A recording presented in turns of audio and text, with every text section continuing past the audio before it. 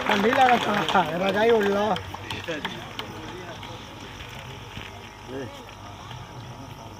Mobile चल बड़ा ऊपर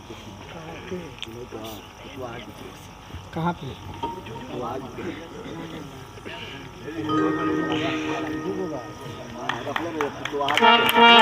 तालियों से स्वागत कर दीजिए आप लोग।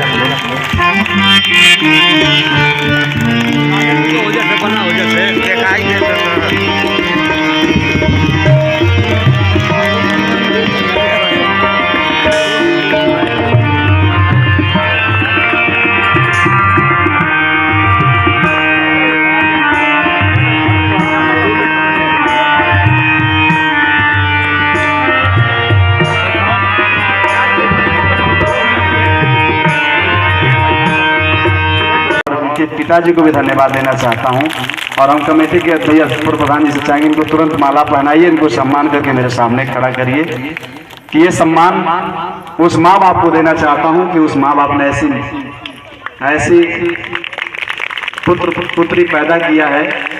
और आजकल देख ही रहे हैं तमाम विसंगतियां चल रही हैं, पुत्रियां जब हो जा रही है तो निराशाजनक लोग देख रहे हैं। हम तो भाई बताएं क्या बताएं, जीवन में हम तो छोटे हैं, 7 भाई,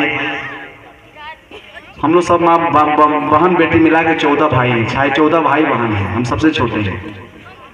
हमारे पिताजी ने जब पैदा किया होगा तो यही नहीं जान के पैदा किया होगा 13 बच्चे हमारे जितने पैदा लिए हैं वो सारा हमारी मनोकामना पूरा नहीं कर पाएंगे, 14वां मेरा जनक कुशवाहा होगा वो पूरा करेगा। तो उस पिता के चरणों में श्रद्धासुमन अर्पित करते हुए मुझे पैदा करके नैतिक जिम्मेदारी भेजा है कि आपकी सेवा करें।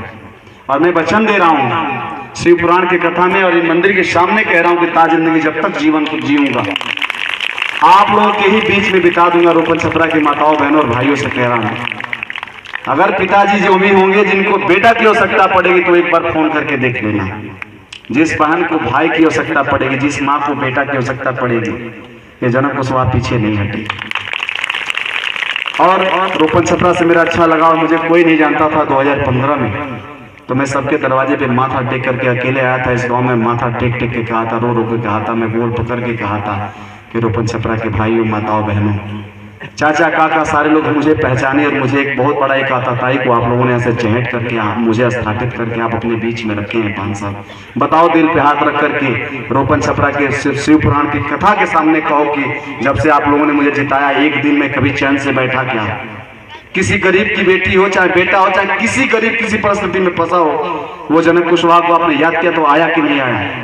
तो एक दिशा में कह रहा हूं, ये आस्था से सनातन धर्म के हम लोग हैं, हिंदू प्राणी हैं, तो हमारा हिंदू होने के नाते सनातन पे आस्था रहनी चाहिए, देवी देवताओं से रहनी चाहिए, मंदिर मस्जिद से रहनी चाहिए। बल्कि एक बात आपसे कहना चाहता हूं कि एक बात कह के खत्म कर लेंगे।